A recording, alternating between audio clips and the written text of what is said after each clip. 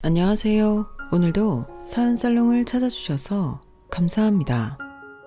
저는 군무원으로 근무하고 있는 40대 여성입니다. 저는 17살, 15살, 14살 이렇게 세 남매의 엄마이기도 해요.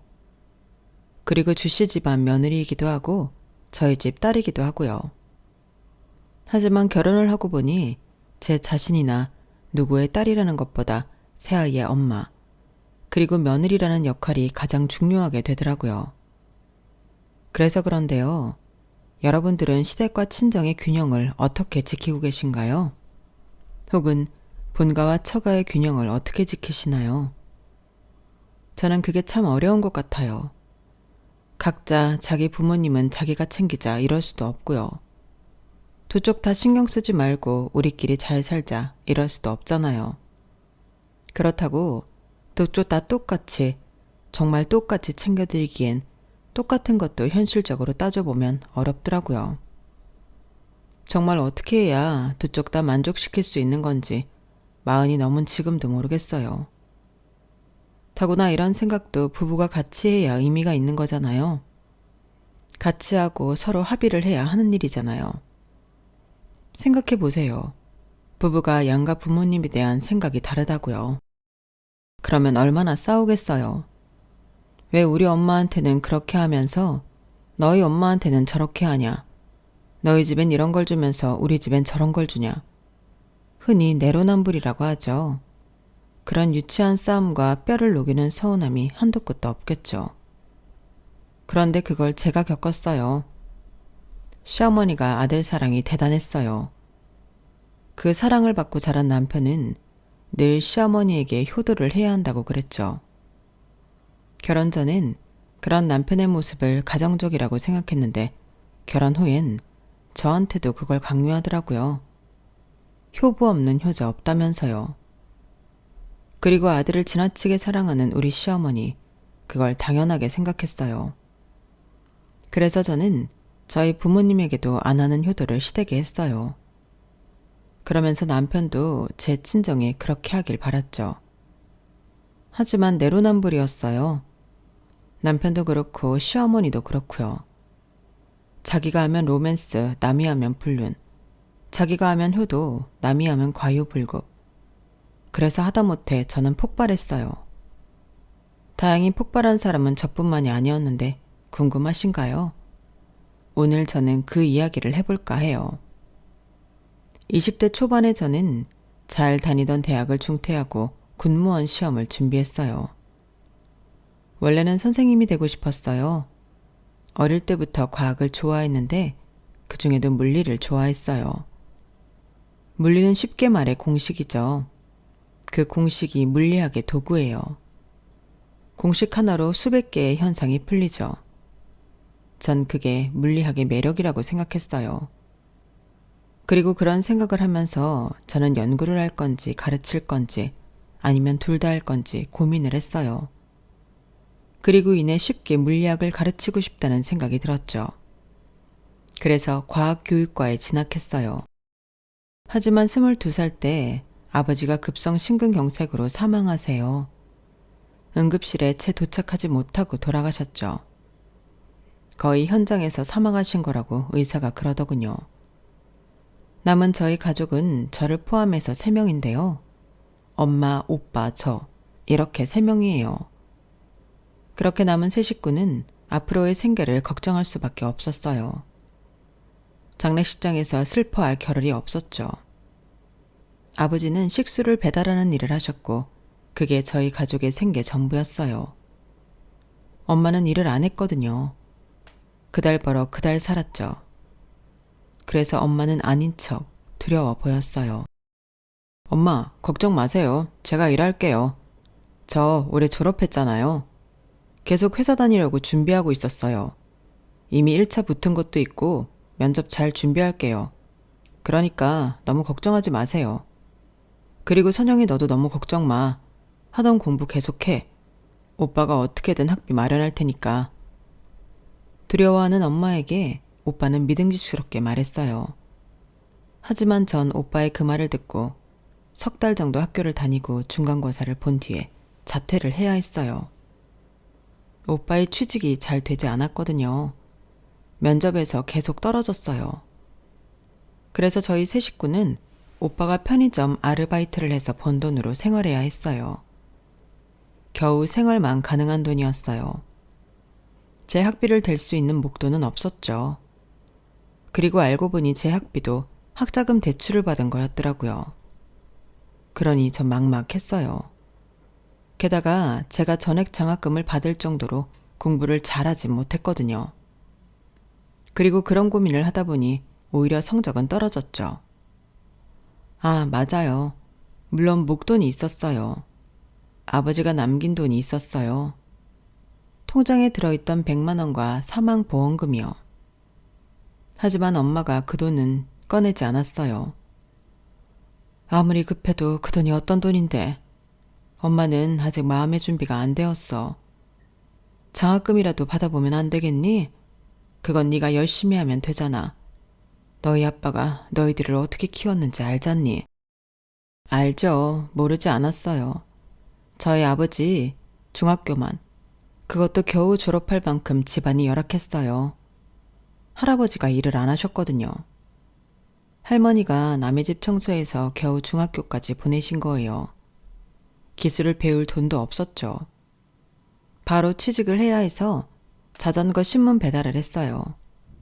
자전거 신문 배달을 하다가 여러 공장에 들어가 일을 하셨고 운전면허를 딴 뒤에는 배달 일을 했어요. 그리고 아시다시피 마지막엔 식수 배달 일을 하셨고요. 저희 가족도 열악하지 않았던 때가 없었어요.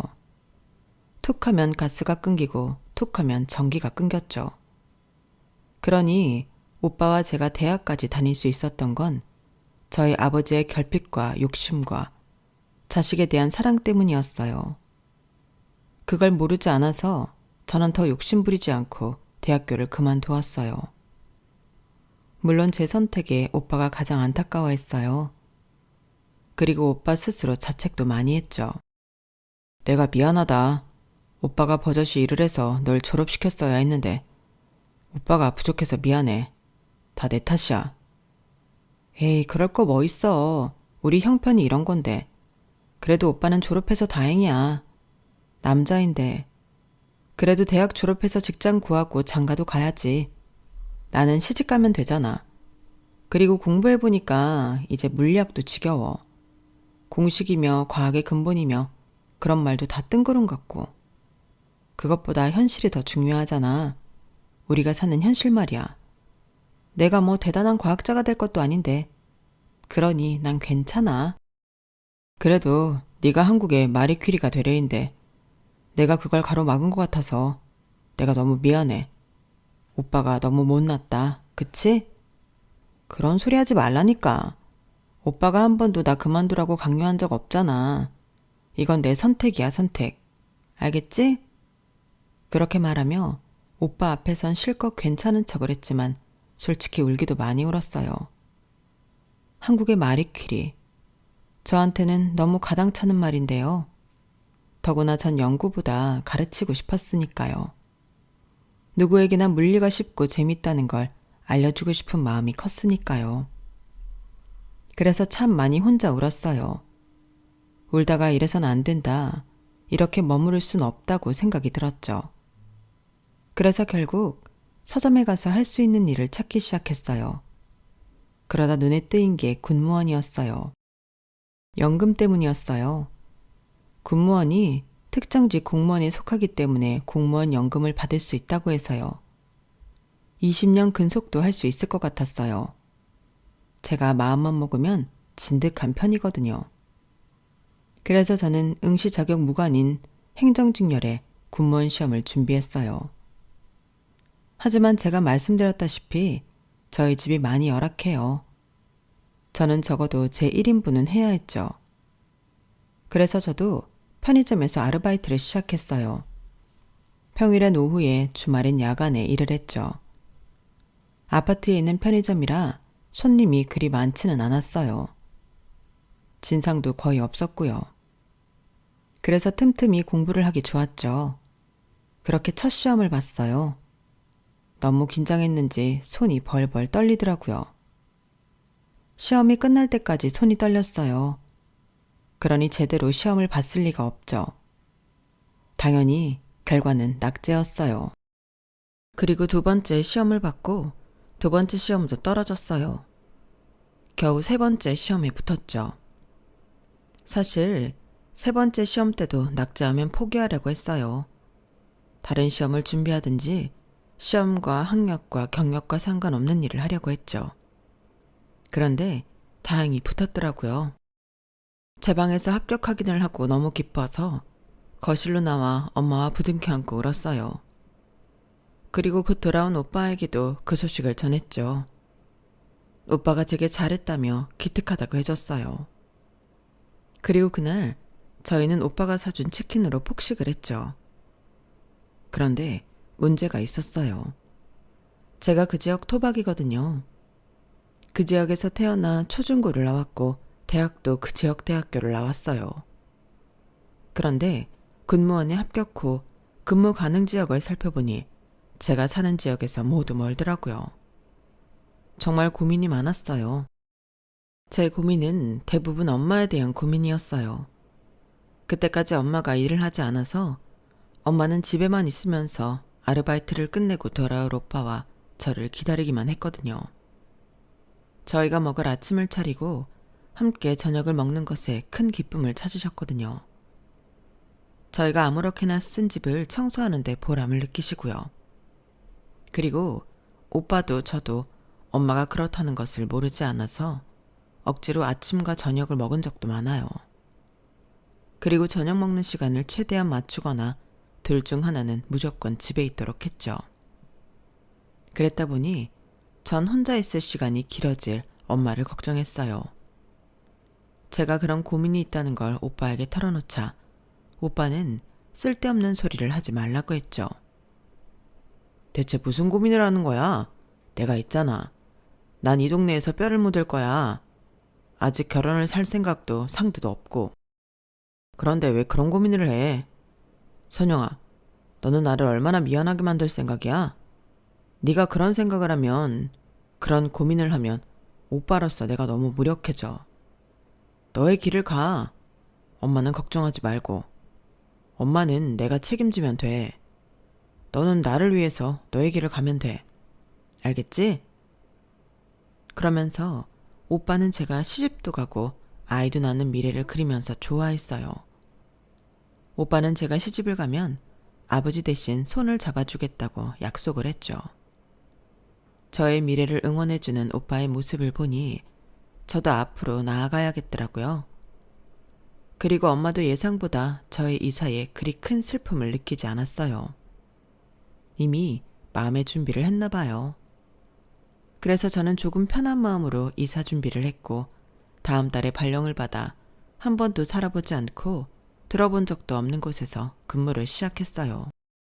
처음 가본 도시, 처음 하는 업무에 적응이 잘 되지 않았어요. 혼나기도 많이 혼났죠. 그리고 저는 여자라서 그런지 군대를 안 다녀와서 위계 서열이 강하고 상명하복적인 군대에 적응이 안 되더라고요. 근데 저를 많이 도와준 군인이 있었어요. 그게 바로 저희 남편이에요. 남편은 같은 부서에 일하면서 저를 많이 도와줬어요. 일적으로도 그렇고 마음으로도 그렇고요. 정말 고마웠죠. 그래서 종종 제가 점심을 사겠다고 한 적도 있었어요. 처음엔 거절하더니 같이 먹었죠. 그러면서 사담도 하게 되고 친해졌어요. 친해지니 부대에서 같이 있는 때가 늘어났고 남편이 저한테 장난도 많이 쳤고요. 그러다 보니 사람들이 저희 사이를 의심했어요. 자꾸 저한테 와서 남편이 주시거든요. 주하사 어디 있냐고 묻질 않나. 오늘은 둘이 뭐 먹을 거냐고 묻질 않나. 아마 남편에게도 똑같이 물어봤을 거예요. 그러다 이제 그런 이야기가 저한테 너무 불편해지더라고요. 그래서 소문을 잠재우기 위해 남편을 피해 다녔어요. 그러니까 남편이 저를 찾아다니더라고요. 아까 주하사가 찾던데요. 저를요? 왜요? 서류 책상 위에 올려놨는데. 글쎄요. 저는 모르겠는데 서류 때문은 아닌 것 같으니 걱정 말고요. 그래도 혹시 모르니 주하사님 오시면 한번 여쭤봐요. 왜 찾으셨는지. 그런데 그러고 말을 안 하는 거예요. 찾았다면서 제 눈도 안 마주치더라고요. 그래서 그날 퇴근을 하고 불이 나게 달려가 차에 오르라는 남편을 붙잡았어요. 찾으셨다면서요? 아, 맞아요. 찾았죠. 근데 별로 이야기하고 싶어 하는 것 같지 않길래요. 제가요? 그런 적 없어요. 부대 안에서 도는 소문 때문에 그래요? 그게 불편해서 나 피하는 거예요? 네, 아무래도. 안 불편하세요? 전 안 불편한데. 네? 왜요? 그 소문이 전혀 아니진 않으니까요. 네? 차에 탈래요? 저녁 먹으러 갈 건데. 그러면서 남편의 차에 오르고 저도 얼떨결에 따라 탔어요. 그리고 남편은 숙소로 가서 옷을 갈아입고 오겠다고 했어요. 그래서 저는 평상복을 입은 남편과 처음으로 밖에서 저녁을 먹었고, 그렇게 한 3시간 정도 함께 있다가 남편이 데려다 줬어요. 그때 기분이 어땠냐고요? 너무 떨렸죠. 일단 평상복을 입은 남편을 처음 봐서 신선했어요. 짧은 머리에 단정한 옷차림이 우수하면서도 귀엽더라고요. 그리고 대화는 늘 하던 대로 끊기지 않았고 재미있었어요. 유머 코드가 잘 맞는다는 건 전부터 알고 있었지만 대화가 재미있었어요. 즐거운 시간이라고 생각했어요. 그리고 타이밍 좋게 남편이 묻더라고요. 전 그 소문 즐겼어요. 제대로 대답하지 않은 건 아직 선영 씨의 대답이 잘 가늠이 안 가서. 그러니까 대답해 줄래요? 어때요, 나? 저는 가만히 있다가 고개를 끄덕였어요. 그럼 그렇다고 해요. 서로 좋아하는 사이라고. 남편이 한바구음을 지으며 제 집 앞에 다시 차를 몰았어요. 급출발로 말이에요. 뭐 하는 거예요? 놀란 제가 묻자 남편은 실실 웃으며 말하더라고요. 한 바퀴만, 지금 이 기분으로 딱 한 바퀴만 더 돌아요. 그렇게 한 바퀴만 더 돌고 저를 집 앞에 내려줬어요. 그렇게 저희는 연인이 되었죠. 그리고 연인이 된 지 1년도 채 되지 않아 아이가 생겼어요. 아이가 생겨서 급하게 결혼 날짜를 잡아 결혼을 했고, 부대 내 관사에서 살게 되었어요. 거리가 가까워서 임신을 한 상태에서도 근무를 했어요. 남편이 데려다 주었고 데리러 왔죠. 큰 무리는 없었어요. 그동안 남편은 중사로 진급했어요. 그 해는 진급 욕심을 내지 않았는데 운 좋게 진급이 되었죠. 그러자 남편은 저희 사이에 생긴 아이를 복덩이라고 불렀어요. 우리 애기가 복덩이라니까? 우리 애 덕분에 내가 진급한 거야. 그런 의미에서 자기를 만난 것도 내 인생에서 아주 큰 행운이지. 정말 고마워. 우리 꼭 건강하게 아기 키우자. 행복하게 키우자. 남편의 말뿐만 아니라 임신 중에 저에게 정말 잘했어요. 중사로 진급하면서 회식이 정말 많았지만 심하게 취해서 들어온 적도 없고, 들어와서 곱게 잠을 자거나 오히려 제가 하지 않은 설거지를 하고 자곤 했어요. 그리고 주말이 되면 저에게 좋은 것만 먹이고 보이고 들려주려고 온갖 노력을 했어요. 저에게 좋은 고기를 먹이겠다며 1등급 한우도 사오고요. 제가 딸기를 먹고 싶어 했다고 딸기가 나오지 않는 계절에 비싼 돈 주고 딸기도 사오고요. 저한테 좋은 음악 들려준다고 LP판도 사오고 텐테이블도 사오고요. 정말 주변에서 난리 부르스를 친다고 했어요. 하지만 그래서 전 행복한 임신 기간을 보냈어요. 임신 중이 제 인생 중 가장 행복했던 것 같아요. 누군가에게 이토록 사랑받는다는 거 부모에게서도 느끼지 못했던 것 같거든요. 그래서 정말 행복했어요. 물론 그게 저는 입덧도 먹덧도 없었기 때문인지도 몰라요. 신기하게 전 다 잘 먹었어요. 당연히 배도 불러 무겁고 뭉치고 허리도 아프고 했지만 먹는 걸 잘 먹을 수 있다는 게 큰 복이더라고요. 그래서 전 임신하면서 둘째도 가져야겠다고 생각했어요. 마음만 먹으면 셋째도 가질 수 있겠다 생각했죠. 하지만 그 행복은 오래가지 않았어요. 걱정은 아이를 낳으니 오더라고요. 저는 육아휴직 기간이 너무 괴로웠어요. 아이를 보느라 일을 쉬는 거지만 3년 동안 그토록 고생해서 얻은 일자리인데 육아휴직을 이유로 잘릴까 엄청 걱정했죠. 그런데 갓난아이를 맡길 데가 없는 거예요. 그 해에 영세 어린이집이 이제 막 오픈하긴 했는데 이제 막 오픈해서 우려가 컸어요. 걱정이 이만저만이 아니었죠. 영세 어린이집은 나도 당신도 불안하잖아. 그러니까 우리 어머님한테 부탁하면 안 될까? 매달 용돈도 좀 드리고. 우리가 믿을 수 있는 사람이 어머님 말고 더 있겠어? 자기가 한번 말씀드려봐. 나 빨리 복직하고 싶어. 매일매일이 불안해.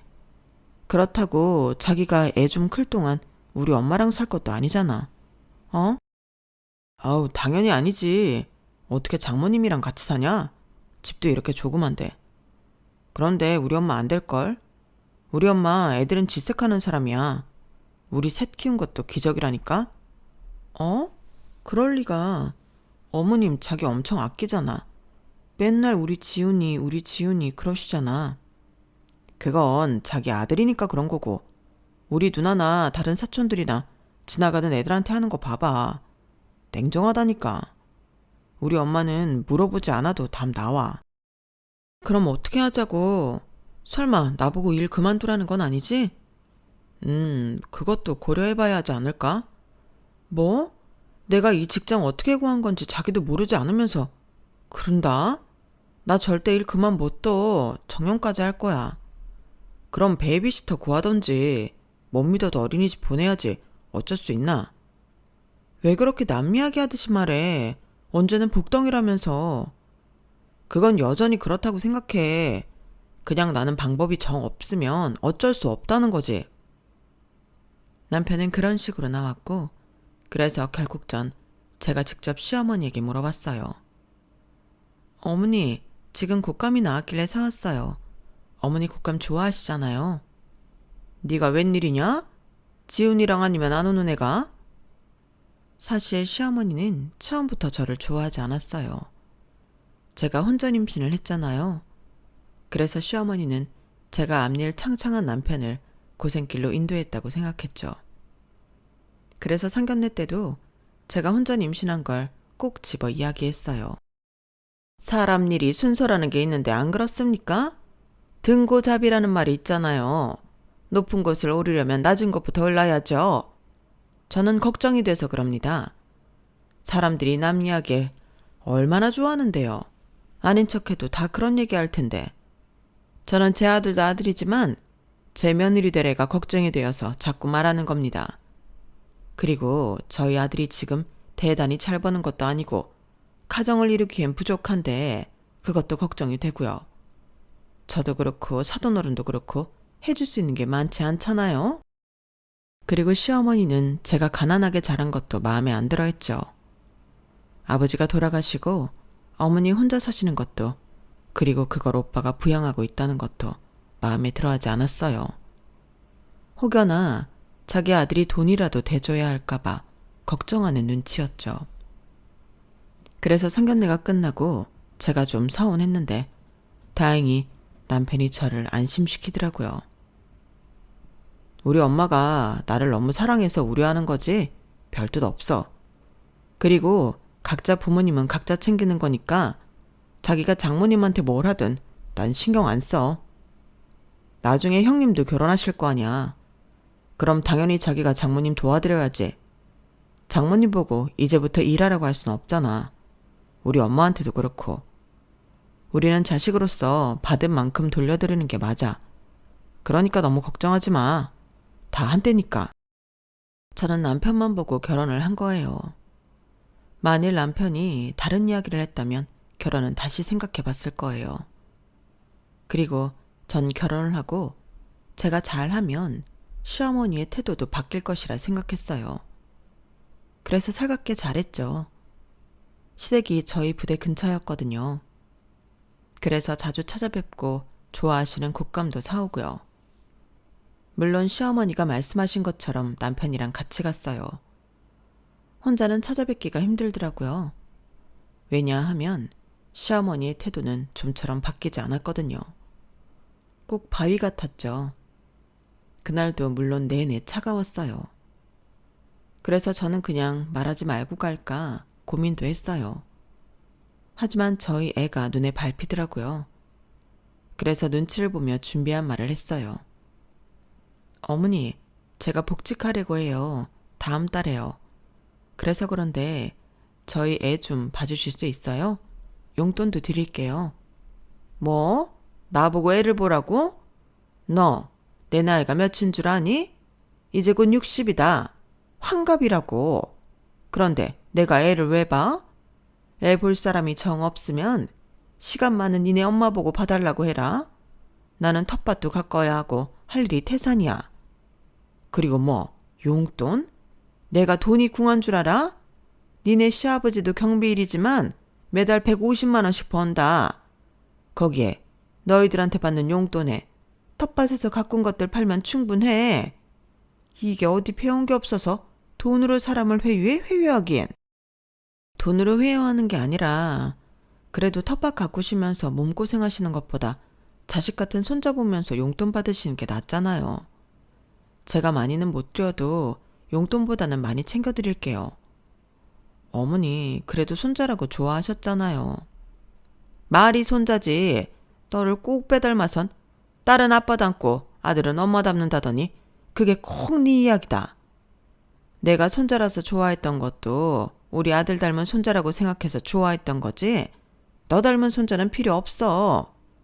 너 집에 있는 가지랑 감자나 좀 들고 가라. 볶음하고 조림해. 그러면서 시어머니는 베란다에서 부스럭부스럭 제가 가져갈 것들을 챙겨주기 시작했어요.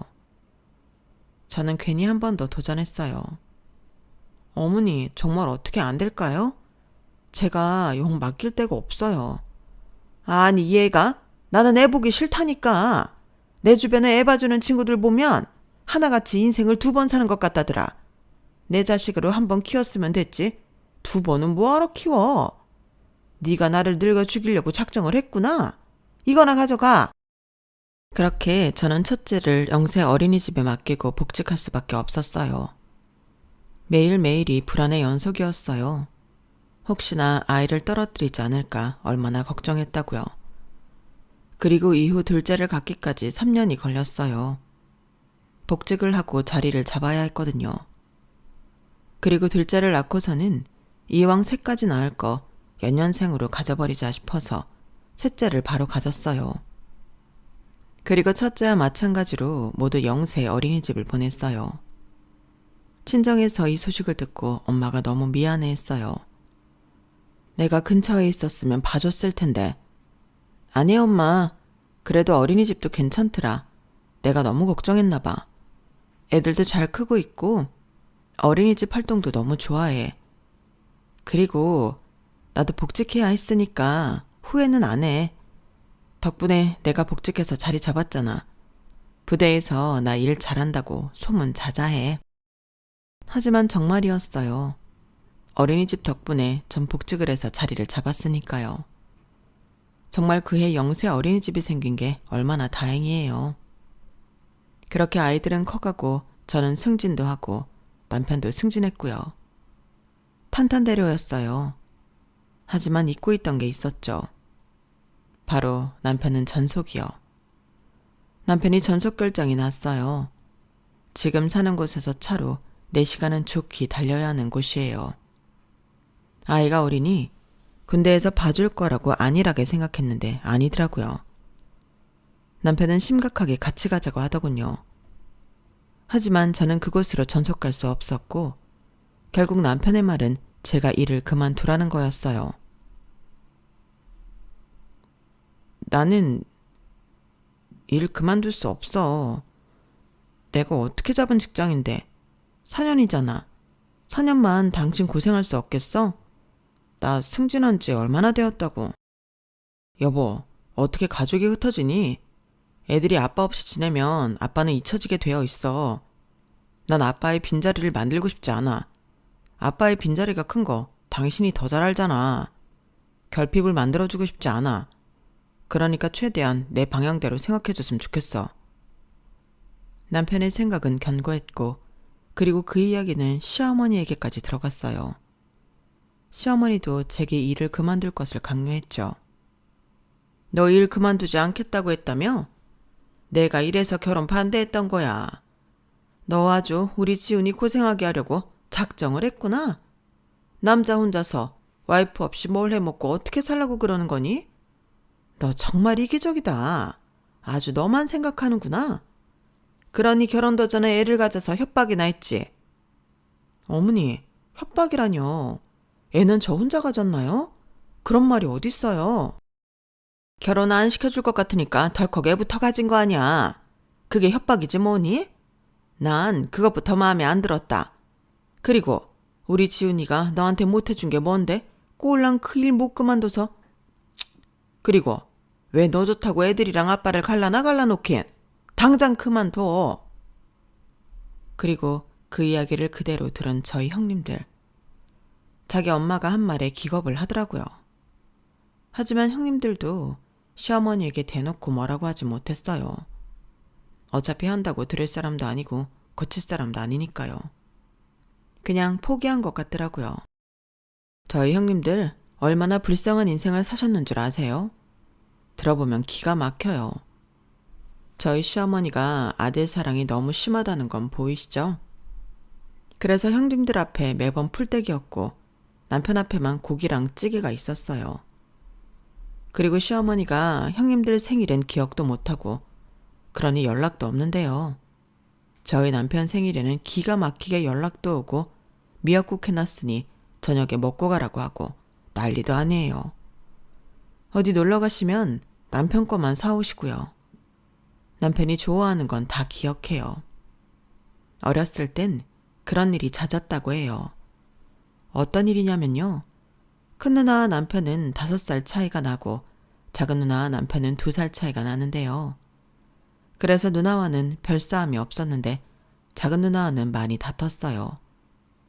그럴 때마다 시어머니는 작은 누나를 매로 다스렸죠. 이유를 묻지도 따지지도 않았죠. 그걸 작은 형님은 아직까지 속이 묻고 있더라고요.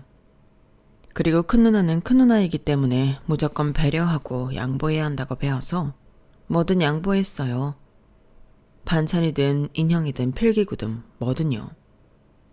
그래서 시어머니는 아직까지 큰 누나가 고기를 싫어하는 줄 알아요. 그런데 큰형님 고기 엄청 좋아하세요. 저번에 둘이서 한마디도 안 하고 5인분이나 먹었는걸요. 그런 거 보면 전 같은 부모 밑에서 커도 이렇게 다르게 생각하는구나 싶어요. 그리고 들으셔서 아시겠지만 자기 아들이 세상에서 제일 멋지고 잘났고 그만큼 자기 아들이 세상에서 제일 가엾고 안쓰러워요. 매번 시댁에 갈 때마다 시어머니가 농사지은 농작물 챙겨주시잖아요. 그것도 자기 아들 위한 거지 저를 위한 게 아니에요.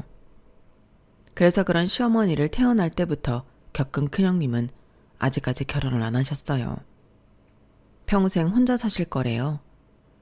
작은 형님만 결혼하셨는데 다행히 작은 형님 시댁은 화목한 모양이더라고요. 그래도 가난해서 시어머니가 싫어하세요. 매번 작은 형님이 시어머니가 이것도 해주고 저것도 해줬다고 그러면 쥐뿔도 없는 집에서 그런 거라도 해줘야지 하세요. 그래도 작은 형님은 꿋꿋이 시댁에서 해준 일을 말하세요. 들으라고 하는 말이겠죠. 아무튼 두 형님들이 저를 남몰래 위로했고 결국 저는 남편을 혼자 다른 도시에 보내고 꿋꿋하게 일을 했어요. 남편은 한 달에 2번 정도 집에 왔어요. 명절이나 긴 연휴 때도 꼬박꼬박 오고요. 그리고 몇 번은 저도 아이들과 함께 남편에게 갔어요. 그러니 떨어져 지낸다고 해도 걱정할 만한 별다른 문제는 없었어요. 그리고 8년 뒤에 저희는 다시 합칠 수 있게 되었죠. 8년 만에 합치게 되니 남편과 꼭 신혼 때로 돌아온 것 같이 설레이더라고요. 애들도 같이 신나하고요. 시어머니도 신나셨죠. 그런데 남편이 그러더라고요. 다시 합치게 되어 돌아왔으니 시어머니에게 용돈이라도 주고 싶다고요. 그런데 저희가 이사를 한 게 설날 앞주였어요. 설날 용돈도 드리는데 더 드리자고? 아들 온 거 기쁘잖아. 그러면서 봉투에 120만 원을 넣더라고요. 저는 너무 놀랐죠. 저희 각자 부모는 각자가 챙기기로 했지만 약속한 게 있거든요. 명절 용돈이나 생식 용돈은 시댁 40만 원, 친정 30만 원으로 한다고요. 왜 친정이 더 적은지는 말 안 해도 아시죠? 저희는 아버지가 없잖아요. 그래서 적은 거예요. 그리고 그 액수와 제한은 제가 한 게 아니라 남편이 한 거예요. 그러니 왜 120만 원이지? 저는 생각했죠. 왜 120만 원이야? 80만 원을 더 드린다고? 그러자 남편이 아차 하더라고요. 뭔가 이상했어요. 저는 남편에게 똑바로 말하라고 했죠. 사실은 그동안 내가 더 보태서 드렸어. 100만 원. 근데 내 월급에서 제한 거니까 괜찮지? 그러는데 제가 서운하더라고요. 저희 엄마, 결국엔 오빠가 8년 전에 장가를 가고 그 후로 2년 뒤에 어린이집 조리부에서 일을 시작했거든요. 아무래도 당신 때문에 늦게 결혼한 오빠에게 손을 벌리고 싶지 않은 모양이었어요. 게다가 저는 애가 셋이라 여윳돈이 없었고요. 매달 85만 원 정도 받으시고 그걸로 생활해요. 저희 시부모님보다 형편이 안 좋죠. 매달 벌어 매달 사는 인생이 얼마나 고달파요. 그래서 저도 명절 때마다 생신 때마다 어버이날 때마다 30만 원밖에 못 챙겨줘서 얼마나 미안했다고요. 그런데 저희 남편은 시부모님께 100만 원이나 주고 있었네요. 자기 돈이라고 하지만 부부 사이에 그런 게 어딨어요. 저는 이래서 돈 관리는 자기가 한다고 한 건가 싶었어요. 그리고는 더 큰 일이 터졌죠. 저희 시댁이 다세대 주택 3층에서 40년을 새들어 살았어요. 아주 오래된 집이죠. 그런데 그 집이 전체 재건축을 한다고 집을 이달 내로 비워달라고 했다는 거예요. 집주인 할머니가 돌아가셨대. 그래서 손자가 이 집을 재건축한다더라. 남편이 그런 말을 하더군요. 그래서 걱정도 되고 시댁에 갔죠. 그래, 잘 됐다 싶더라. 여기 수도도 자주 고장나고 보일러도 오래되었고 죄다 오래되어서 제대로 굴러가는 게 없잖니? 이왕 이렇게 된 거 아파트에도 살아보고 그러는 거지. 아파트요? 아파트로 들어가시게요? 지훈이가 그러던데? 그동안 낡은 집에서 고생했으니까 신축 아파트로 들어가라고. 자기가 다 준비해 놓는다고. 그것도 48평이란다. 내가 그랬지. 애들 다 모이려면 그 평수는 되어야 한다고. 역시 아들이 최고라니까. 딸 키워봐야 집에 자주 오기나 하지 영. 도움이 안 된다니까. 너도 아들 하나 있으니 됐다. 미영이는 어쩌려고 딸만 둘 낳아서. 저는 그 소리를 듣고 놀라 집으로 돌아가는 길에 전화를 했어요. 처음엔 안 받더라고요.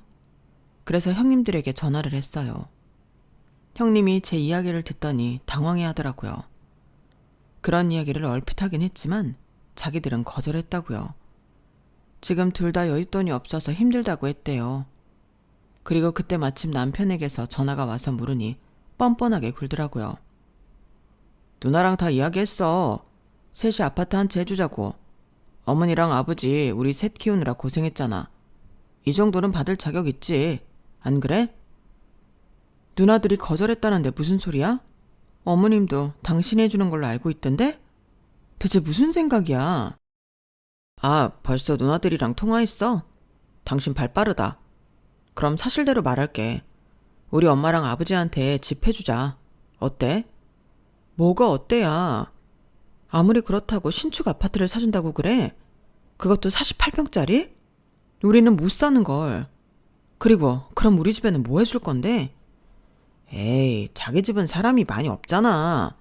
자기랑 형님 둘뿐인데 그것도 형님은 아직 애도 없고 그리고 그 나이에 애 생기지도 않을 텐데 그러니 정 좁으면 이제 형님 댁에서 모이면 되지. 그게 무슨 말이야? 그리고 당신 돈이 어디 있어? 당신 적금 든 거 있잖아. 꽤 모였던데?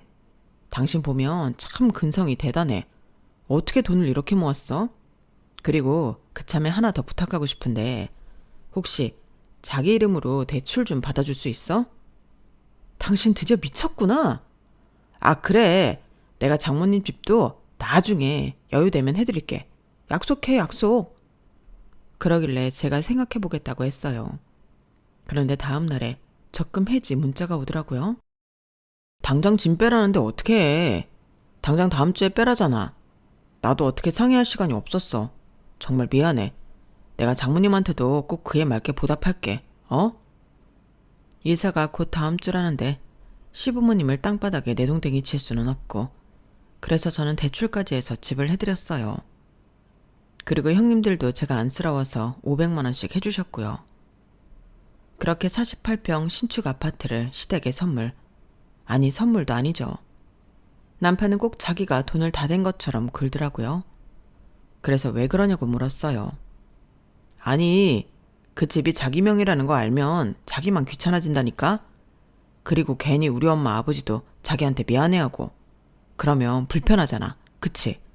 그리고 나도 좀 효도하자. 내가 살면서 언제 이렇게 큰 효도를 해보겠어. 그렇게 그 집은 남편 명의인 셈이 되었고 이삿날이 되었어요. 저희 가족 애들까지 다 모였고 형님들도 모였어요. 시어머니가 청소 비용이며 이사 비용이 아깝다고 해서 청소도 저희끼리 했고요. 트럭 2대를 빌려 이사도 저희끼리 했어요. 이사가 거의 끝나고 해도 거의 저물었을 때 남편은 이제 그만하고 식사를 하자고 했죠. 그런데 시어머니가 남편을 제외한 저희 가족을 보더니 그냥 가라는 거예요. 네? 일하지도 않은 것들까지 내가 사야 하니? 꼴랑 가벼운 거 몇 개 옮기고 방 조금 닦아놓고서 저녁값 아깝다. 그리고 넌 참 생각이 짧다. 이렇게 부산스러운 데에 네 새끼들까지 끌고 오면 어떡해? 괜히 돈이나 축내고. 그러니까 빨리 가. 저는 그 순간 퓨즈가 끊어진 것 같은 느낌이 들더라고요. 탁 하고요. 그리고 제가 결혼 생활 내내 받은 상처와 수모가 수포처럼 퍼졌고요. 그래서 휴대폰을 들었어요. 아, 그러세요? 그렇게 아까우면 이 집 뺄게요. 아, 네, 수고하십니다. 저희 1102호인데요. 오늘 이사했거든요. 그런데 이 집 팔려고요. 네, 정말요? 어머니, 그래도 되죠? 너 지금 무슨 짓이냐? 아, 모르시죠? 이 집 제 명의예요. 잘난 아드님 명의가 아니라요. 뭐? 제 명의라고요. 제가 몇 년간 모아온 적금이랑 대출로 산 제 명의 아파트예요. 그러니 제 마음에 안 들면 도로 파는 것도 제 마음이고요. 지금 어머니 하는 꼬라지 보니까 지금 당장 손해를 보려다가 팔고 싶네요. 그럴게요. 시어머니가 놀란 표정으로 남편을 쳐다보고 형님들도 마찬가지였어요. 그리고 남편은 어쩔 줄을 몰라 하더라고요. 아니, 자기야, 왜 그래? 내가 난감해지잖아. 당신은 난감한 것만 문제야? 당신 앞에서 당신 자식들이 이렇게 비참해졌는데 당신 엄마가 당신 자식을 이렇게 홀대하는데 당신은 그런 말이 나와? 당장 팔 거야. 내가 이렇게 해서 돌아오는 게 이런 거라면 당장 팔 거라고. 아저씨, 당장 팔아주세요.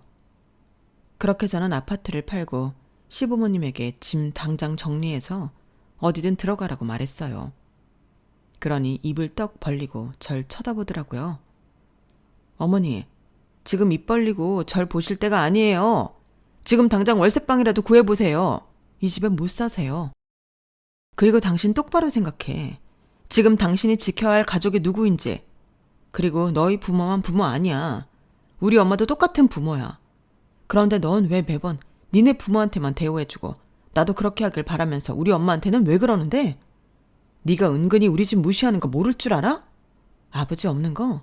그게 내 탓이니? 내 의지야? 너희 부모는 뭐 100년만년 살 것 같지? 참, 애들 앞에서 좋은 꼴 보여준다. 어머머, 제 말하는 거 봐라. 너 저 애랑 당장 이혼해라.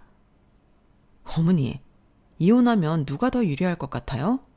설마 아드님이 유리하다고 생각하는 거 아니죠?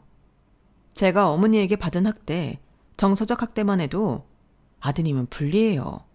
뭐? 정서적? 시어머니가 제게 다가오자 형님들이 제 앞에 우뚝 섰어요. 너희들 뭐 하는 거야? 안 나와? 엄마, 솔직히 저녁밥 아깝다고 한 거 나랑 미영이도 포함이죠.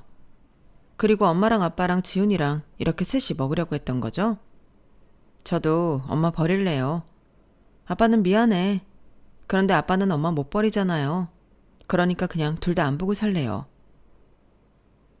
뭐? 너 엄마한테 그게 무슨 말버릇이야? 난 옳게 마음 100번이고 1000번이고 이해해. 엄마는 우리한테도 그랬으니까. 언제나 지훈, 우리 지훈이었잖아. 우리는 늘 찬밥 신세였고. 언제는 엄마는 나를 사랑하지도 않는데 왜 나왔을까? 이런 생각을 한 적도 있어. 딸인 걸 알고 이렇게 대할 거였으면 그냥 지우지. 난 엄마가 지훈이 이혼시키면 옳게 편에 서서 증인할 거야. 그래서 엄마가 어떻게 했는지 다 이야기할 거야. 그리고 지훈이 나도 그렇게 살지 마. 네 가족부터 챙겨야지. 그 나이 먹도록 네 가족이 누구인지도 분간을 못하니? 한심해. 한심하다고. 나도 언니 말에 100% 동감해. 나도 둘이 이혼한다면 옳게 편에 서서 증인할 거야. 그리고 난 엄마처럼 결혼도 하고 애도 낳았으니까 이 말도 할게. 나는 결혼도 하고 애도 낳았으니까 오히려 더 엄마가 이해가 안 되더라. 다 눈에 넣어도 안 아픈 새끼인데 어떻게 차별을 하지? 난 그렇게 하라고 해도 못하겠던데. 엄마는 참 대단하고 독한 사람이야. 내가 이 말을 평생 엄마 자식으로 살면서 할 수 있을까 싶었는데 오늘 옳게 덕분에 하게 되네. 나도 엄마 버려요. 아버지 죄송합니다. 아들 끼고 알콩달콩 살아봐. 그리고 형님들은 저와 아이들을 데리고 밖으로 나왔어요. 그리고 남편이 쫄래쫄래 저를 따라왔죠. 자기야, 왜 그래? 다시 올라가자, 응? 저는 남편이 잡은 손을 툭 놓았어요. 그리고 아이들과 형님들을 차에 태웠죠. 딱 잘라 말할게. 너도 형님들처럼 저 사람들 버리고 오면 그땐 이혼 안 할게. 잘 생각해봐. 이혼이 너한테 유리한지 아닌지. 그리고 네가 오로지 네 돈으로 너희 부모님 감당할 수 있는지 없는지. 그래도 월세방이라도 구해드리고. 그럼 나 갈게. 더 얘기할 것도 없어. 제가 차갑게 말하자 남편은 어쩔 줄 몰라 하더니 차에 오르더라고요. 그렇게 저는 시댁을, 형님들과 남편은 본가를 버렸어요. 그리고 그 길로 저희는 차를 타고 바다로 가서 조개구이를 실컷 먹었어요. 이왕 이렇게 된 거 다음날 아침에 푸른 바다도 보고 왔죠. 시부모님은 어떻게 되었냐고요? 경비로 일하는 시아버지가 대출을 받아 15평짜리 빌라로 들어가셨어요. 최후의 그날, 어찌저찌 상황을 파악하셨는지 빌라를 계약했지만 일주일 뒤에 이사를 할 수 있었어요. 그래서 제가 온갖 생색을 내며 일주일 동안 48평 아파트에 지낼 수 있도록 했죠. 시아버지가 고맙다고 고개를 조아리고 시어머니는 애써 딴 곳을 보더라고요. 참, 시아버지가 전생에 무슨 죄를 지었는지, 그쵸? 그리고 남편은 저에게 내로남불이었던 자신의 태도를 깊이 반성하고 5장의 편지를 써서 저한테 주었어요. 그리고 저희는 다음 해에 함께 전속을 가 완전히 시부모님으로부터 벗어날 것을 계획했죠. 그리고 저는 저희 엄마에게 더 자주 연락드렸어요. 남편과 아이들과 함께 찾아뵙기도 했고요. 오빠네 가족과 모여 단란한 시간을 보내기도 했어요. 그리고 엄마에게 드리는 용돈도 인상했어요. 그러겠다고 하니 남편도 찍소리 못하더라고요. 저의 사연은 여기까지입니다. 내가 하면 로맨스, 남이 하면 불륜. 이런 마음은 참 치사한 것 같아요. 혹시 저도 다른 사람 앞에서 내로남불의 태도로 임하고 있진 않은지 저도 되돌아보게 되는 날입니다. 제 사연 들어주셔서 감사합니다. 행복하시고 건강하세요. 여러분, 사연 댓글에 응원과 현명한 조언 부탁드려요. 좋아요와 구독은 저에게 큰 힘이 됩니다. 오늘도 좋은 일 가득하세요.